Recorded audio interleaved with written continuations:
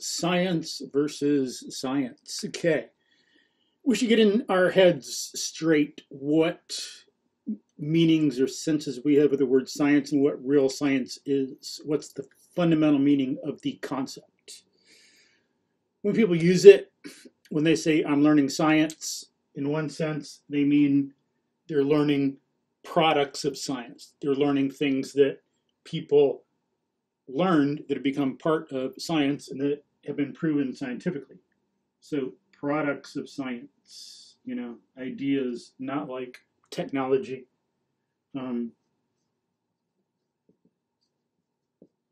So that's one sense. Or people say science says, and they do not mean method because they don't even know the method of science. Some people don't know logic, they don't know epistemology, so they cannot know what science is because it takes certain, at least implicit ideas of principles of epistemology and logic.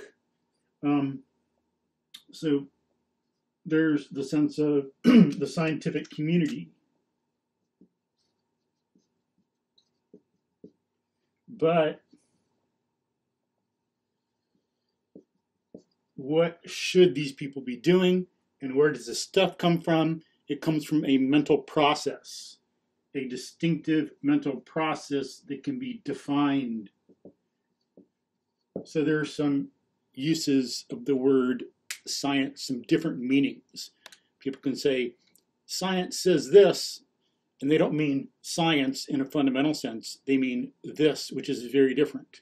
What a bunch of people believe is very different than what this method actually says. Memorizing a bunch of stuff that other people learned doesn't mean someone knows science. It means they've memorized a bunch of stuff that other people have learned. And they've got some scientific opinions, but they do not know science. This is knowledge and understanding. Science, properly speaking, is the inductive, integrated understanding of the nature of a class of things and their cause-effect relationships. Physics, chemistry, psychology, mathematics, philosophy. There's different things that are studied. And then when this method, like in astronomy, when we see what's real about how things work away from the earth in the heavens, we can get some products. We learn things, we get knowledge. This can produce this. The scientific community, a community ever having to do with science, but not actually being scientific, developed Ptolemaic theory a long time ago. They had a little bit, people still had to figure out a lot about science, and then along came Copernicus and Kepler and Galileo and helped get things on a good philosophic foundation. So people could actually know. If it's not on a good scientific philosophic foundation, then people don't yet know how to know and understand what's out there in the heavens. So, like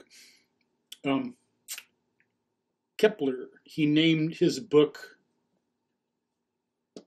A New Astronomy based on causes, not on merely mathematical description. He was seeing how science really works. But he was like a mixed case. Part Platonist, part Aristotelian, kind of, you might say, scientifically, not in person, not as a person overall, but, kind of scientifically, kind of schizophrenic. Plato on the one side, Aristotle on the other, like bad cop, good cop. But this is a proper sense of science. And if we studied the history of science, we would see things like this come up, and it matters.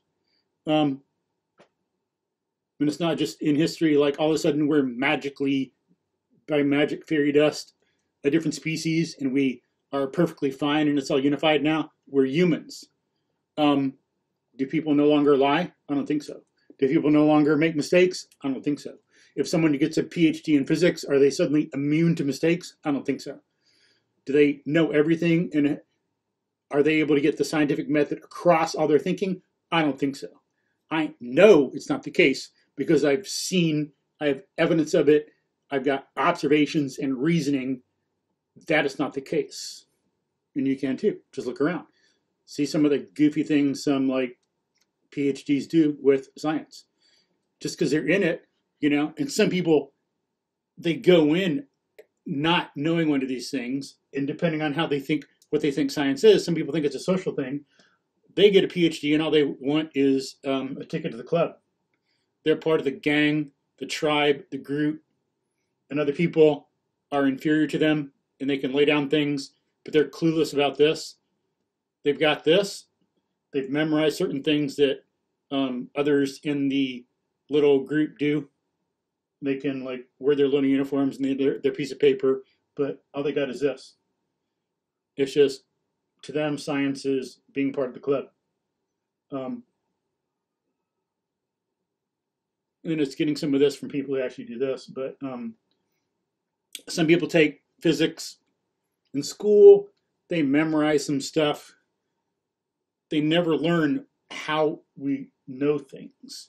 They don't understand. They don't learn. They don't see how something comes from the evidence of the senses. They don't learn what the cause-effect relationships are.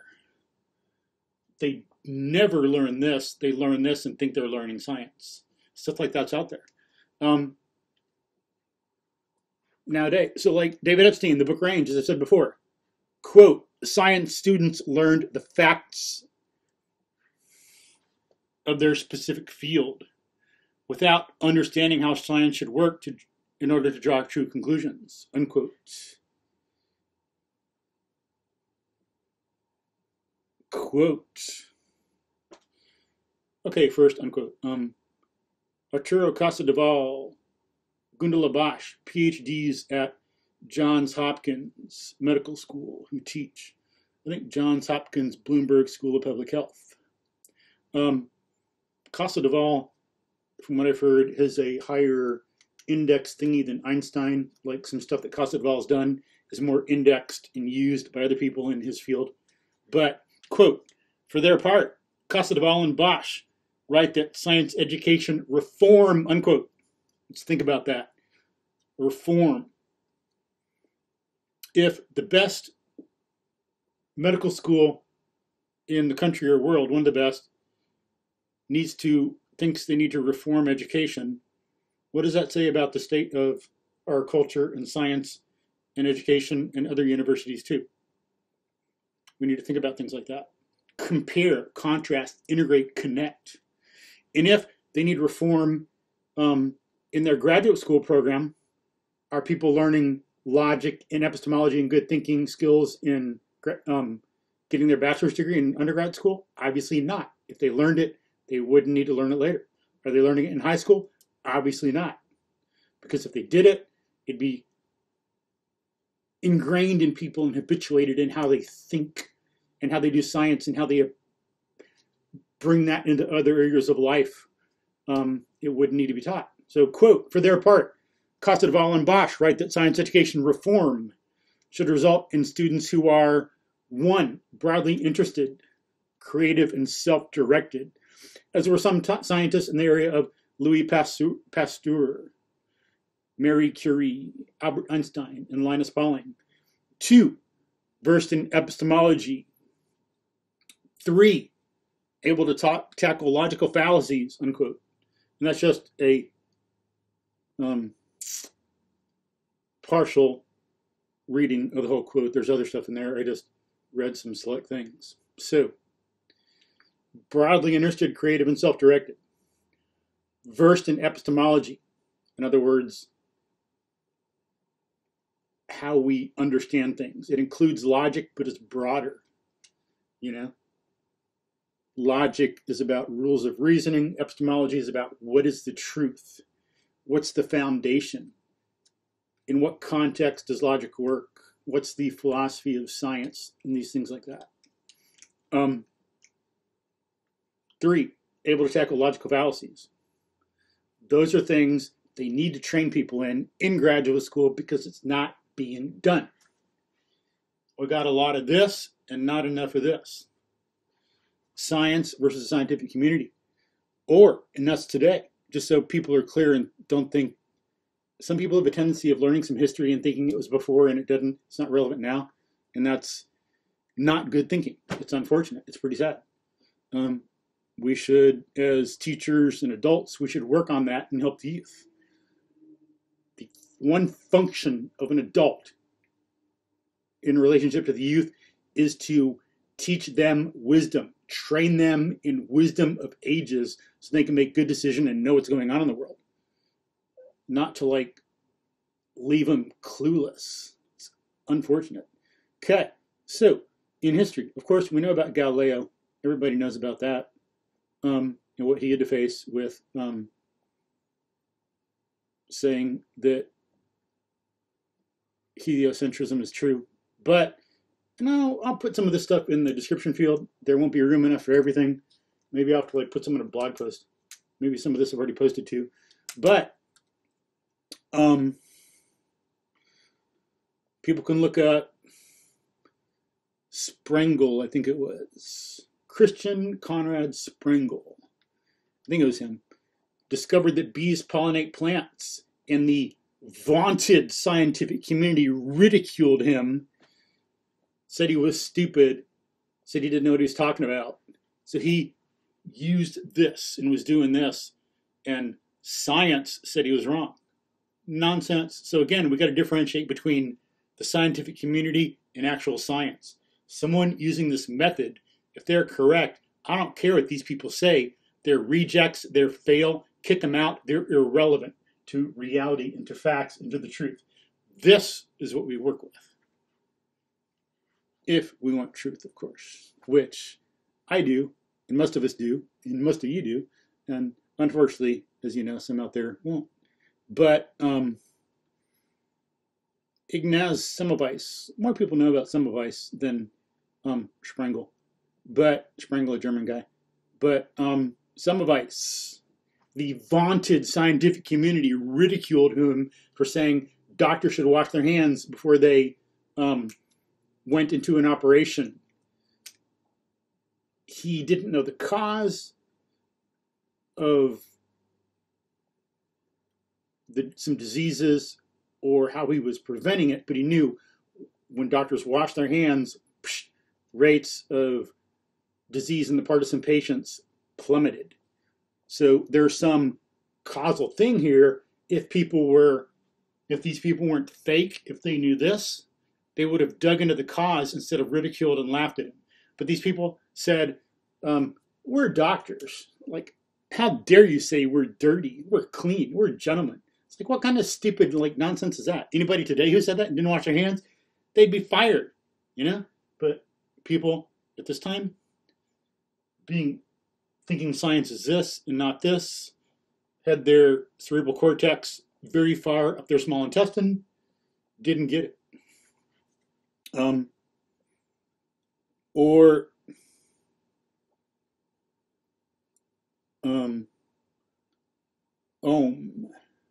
what's his first name? I forgot. Ohm, who came up with Ohm's law about electric flow in a current, V equals IR. From the great Wikipedia. Quote, Ohm's law was probably the most important of the early quantitative descriptions of the physics of electricity. We consider it almost obvious today. When Ohm first published his work, this was not the case. Critics to his treatment of the subject, critics reacted to his treatment of the subject with hostility. They called his work a web of naked fancies, and the Minister of Education proclaimed that a professor who preached such heresies was unworthy to teach science. The prevailing scientific philosophy in Germany at the time asserted that experiments need not be performed to develop an understanding of nature, because nature is so well ordered that scientific truths may be deduced through reasoning alone. Unquote. Ha! What a bunch of nonsense. They don't even know what they're talking about. Again, they don't know what science is. That's clueless. That's Platonic. That's Ptolemy. That's nonsense. That's a denial of what Galileo and Newton did. If they had any sense, they would have learned from them. Again, it's important to make the distinction. Science is not what the scientific community says. It's what certain methods are leading to certain conclusions. We induce and form concepts based on observation. We reason and induce rigorously from that, come up with certain knowledge. That is what science is, not what some goofballs say. You know, of course, some people with PhDs know this very well. They're really into this. They're curious. They know about epistemology. They have some good thinking skills. They're self-directed, and they get a PhD just to like help learn more and do kind of further their career and to get in touch and stuff. This is their focus, and you might never hear from them that they're part of this. They're so down to earth. They're real. But these people, these are some that, for example, that are going to say, try to ridicule you. You don't have a degree in something, and they're going to dismiss you, you know, just like they did to other people. Like, look at Michael Faraday. He didn't have a degree in physics. While these people are busy getting a degree, some of them, you know, the irrational ones who don't know this, as opposed to the ones who really do. But while these people were playing their little social games, Michael Faraday, the greatest experimental physicist of all time, or one of them, was into this. The concept of field, what, electrolytes. I think he came up with that concept, or at least studied those. Learned about electromagnetism, and did an early experiment where he got this wire to rotate because of electromagnetic induction around another wire. So one thing was like in some water, I think. I forget the exact thing, but it was rotating around a wire. Developed from that and did work that eventually led to James Clerk Maxwell coming up with Maxwell's equations to integrate electricity and magnetism. He was busy doing that. He knew what science was. He doesn't need this degree. Not that it's, you know, as I say, not that there's anything wrong with it. The point is getting this no matter whether you get into this or not. People who do this without grasping that, they're the ones that are rejects and that are failures and that hold things back. Just like with Ohm's law. Or here. So J.J. Waterston, okay, he submitted a paper to the Royal Society of England on the kinetic theory of gases. Submitted it in 1845, but they rejected it. So Lord Rayleigh said in 1892, the great physicist Lord Rayleigh, you know, like Rayleigh scattering in the atmosphere and other stuff. But, well, here first. Sir John William Lubbock said of Waterston's groundbreaking research, quote, "The paper is nothing but nonsense, unfit even for reading before the society," unquote. And here, quote, another case was that of J.J. Waterston, who submitted a paper on the kinetic theory of gases to the Royal Society in 1845, but had it rejected. Lord Rayleigh, in 1892, stated that, quote, "The memoir marks an immense advance in the direction of a now generally received theory. The omission to publish it at the time was a misfortune, which probably retarded the development of the subject by 10 or 15 years. It is difficult to put oneself in imagination into the position of the reader in 1845, but it is startling to find a referee expressing the opinion that the paper is nothing but nonsense, unfit even for reading before the society," unquote. And that's from Heirs of the Royal Society at mathhistory.standrews.ac.uk /extras /Royal Society errors. So there is some evidence, some facts from today and through history that show you we need to make this distinction and be careful. And that's just some. You know, there's more. more that I don't even know, of course, but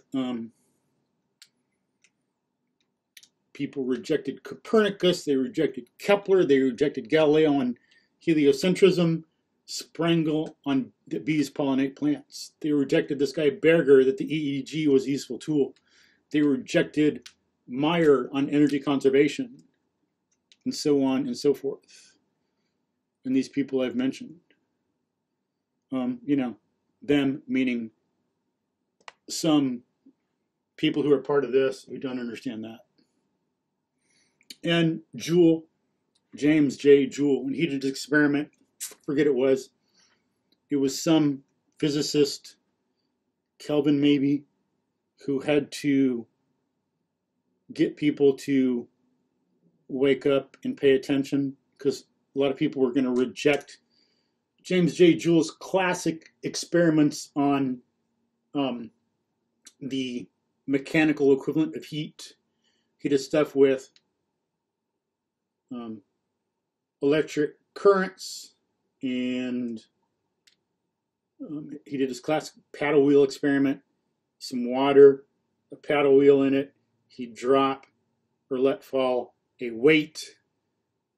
Weight would go up, pulley system goes down, drop the weight, paddle wheel spin, and he knew exactly how much energy would be, mgh in the weight, potential energy, mgh, weight times height. Calculate the height exactly, know the weight, get the energy and the fall, and he knew how much would be used up in the friction, things like that. And so he could see how much actually went into the water, and so he could see how much energy was needed to raise the temperature of water 1 degree Celsius. He did half degree, I think, and people rejected it because it was so small a difference. They didn't see the rigor of the experiment. They didn't see the science. They were carried away with the non-essential. You look at the experiment itself, the rigor, what was actually happening, whether it's a half degree, 10 degrees, or a quarter degree, a cause-effect relationship is a cause-effect relationship. And, he did it with water and I think lead as well, different substances, did it in different ways, not just a paddle wheel thing, but a lot of people were, a lot of people were rejecting this, so they don't know proper science. So that's something we need to be aware of whenever we're talking to someone here. Again, some of them are going to think you're not part of the clubs. They're going to try to denigrate you, not grasping what this is, or not even seeing what science is. Because if they had this, if they would really make it a part of how they thought, then they wouldn't do that nonsense to you, because they would look at you as a fellow thinker. They would see, here's someone out there. They wouldn't try to, so when they're here, they think they can tell things the way they are. That's not how science works. You don't tell things how they are. That shows a fundamental failure to see what science is and to institute it in their thinking. You ask. You never tell the moon what it is or how it works. At least no rational person does. Of course, some crazies might. People who don't know how this is. You don't tell electricity what it is or how it works. You don't tell magnetism what it is or how it works. You don't tell the human psyche or emotions what they are or how they work. You ask. That's what science is. If someone got science, that's the way you can tell if they actually get science. How do they treat you? Do they ask what your opinion is or what you think, or dig into who you are? And I mean more than on a superficial level. They might even do a little bit of research, like looking at a few titles of some papers or something, failing to dig into the experiments, the reality, the observations, the reasoning. If they really knew science, they would take the time, they would know they had to know who you are before they're going to run their mouth. But notice they don't. So there's another sign of whether they are in here or they actually get this. So we should make a distinction of that, so we are aware of people in here. Can we actually trust them? Do they actually know this? Or are they second-handers, third-handers, fourth-handers, lost in this stuff, unable to think for themselves, just want to be part of the club, and are dismissive of other people? Do they really get this method in the conclusions they're recommending to you or not? Very important. Medicine, health. Do you really want to be in someone's hands if they're going to not really get that? Building bridges, fitness, things like that. And when we are teaching, it is very important to not merely do this or this, but to make sure students are getting these methods in how they think. So it becomes part of their mental processing to dealing with people. That's going to help them understand others better. When they're in this or this, they ain't going to get other people. We need people to understand other people better, not to tell other people how they are, be rude, be obnoxious, fail to dig into people, like for friends. We need people who can really get who someone else is on a deep level, not merely superficial or being part of the club. That's going to be a more filled, happy, good life. Then you can help other people. You see what the good things are. You know who they are. You can help them, identify with them, do things with them. Or if there's a problem in someone, you can better help them and find a way to do it. Society, friendship, work, health. It's important that in teaching science, this is belabored by teachers to help students get these thought processes in their head. How do we start with reality, stick to the truth, like Abraham Lincoln and Mary Curie, get observations, stick to the truth, and form conclusions step by step to reach a conclusion so we know some higher level thing like Abraham Lincoln would do, some ultimate conclusion that a jury should reach. It's fully justified, valid, and true. This will help with all those things. So let's please think about the differences between these, assimilate it into our thinking and teaching and living and working with others, because logic is a method of knowing the truth, which we need to be happy and successful and live a good life. It's not some ivory tower thing. It's important for living well, knowing others well, getting along, and being happy. Should come up in our own lives, in our thinking, in our teaching. So let's work on this, please. Get the distinction down. We should work on getting more examples on our own, trying to be aware of it. So again, it's not just like what someone else says, like, oh, you listen to this and learn some of this for the first time, maybe, some yes, some no, get some ideas, and then go on with that. As they say in the thing I read about Casadevall and Bosch, people should be self-directed thinkers. We need to get this and apply it into other areas of our lives. Have our own examples. Try to get a plethora. This is from things I know. This should be embedded and developed from one's own experience. So take this, it's like a roadmap, and then start taking the journey yourself and getting the ideas. Scientific community saying nonsense. This is what science is. Read some science and learn what it really is. Study the history of science, as in Introductory Physics by Herbert Priestley. Pay attention to the physics, not what he says about science, because he's wrong, because it's some bad philosophy and stuff. And in the astronomy section of Physics for the Inquiring Mind by Dr. Eric Rogers. That's good. Again, ignore what he says about science, please, because he doesn't. Some people in here are good at what they do, but they're not scientific about science. It's a total failure. If they did their own field of physics or biology or whatever, the way they talk about science, they'd be kicked out and laughed at and failures and wouldn't do anything very good. Some people can be very good at this, but because of what some bad philosophers say about science, they kind of agree with it without digging into where it came from. They're not scientific about science. A scientist gets a degree, and they're right here. and they're looking at a dog or something, and they study that. That's what people learn to do in school. Okay, learn some methods, of course, but to know what science is, you don't do this. Someone who has a degree does not know what science is. They know their particular thing and know a lot about these things in the world.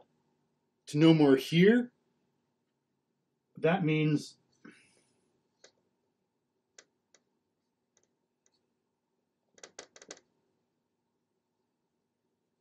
you got, I have to give this guy a big head so I can fit some stuff in it. You got looking at the dog, we'll let that represent thinking, and then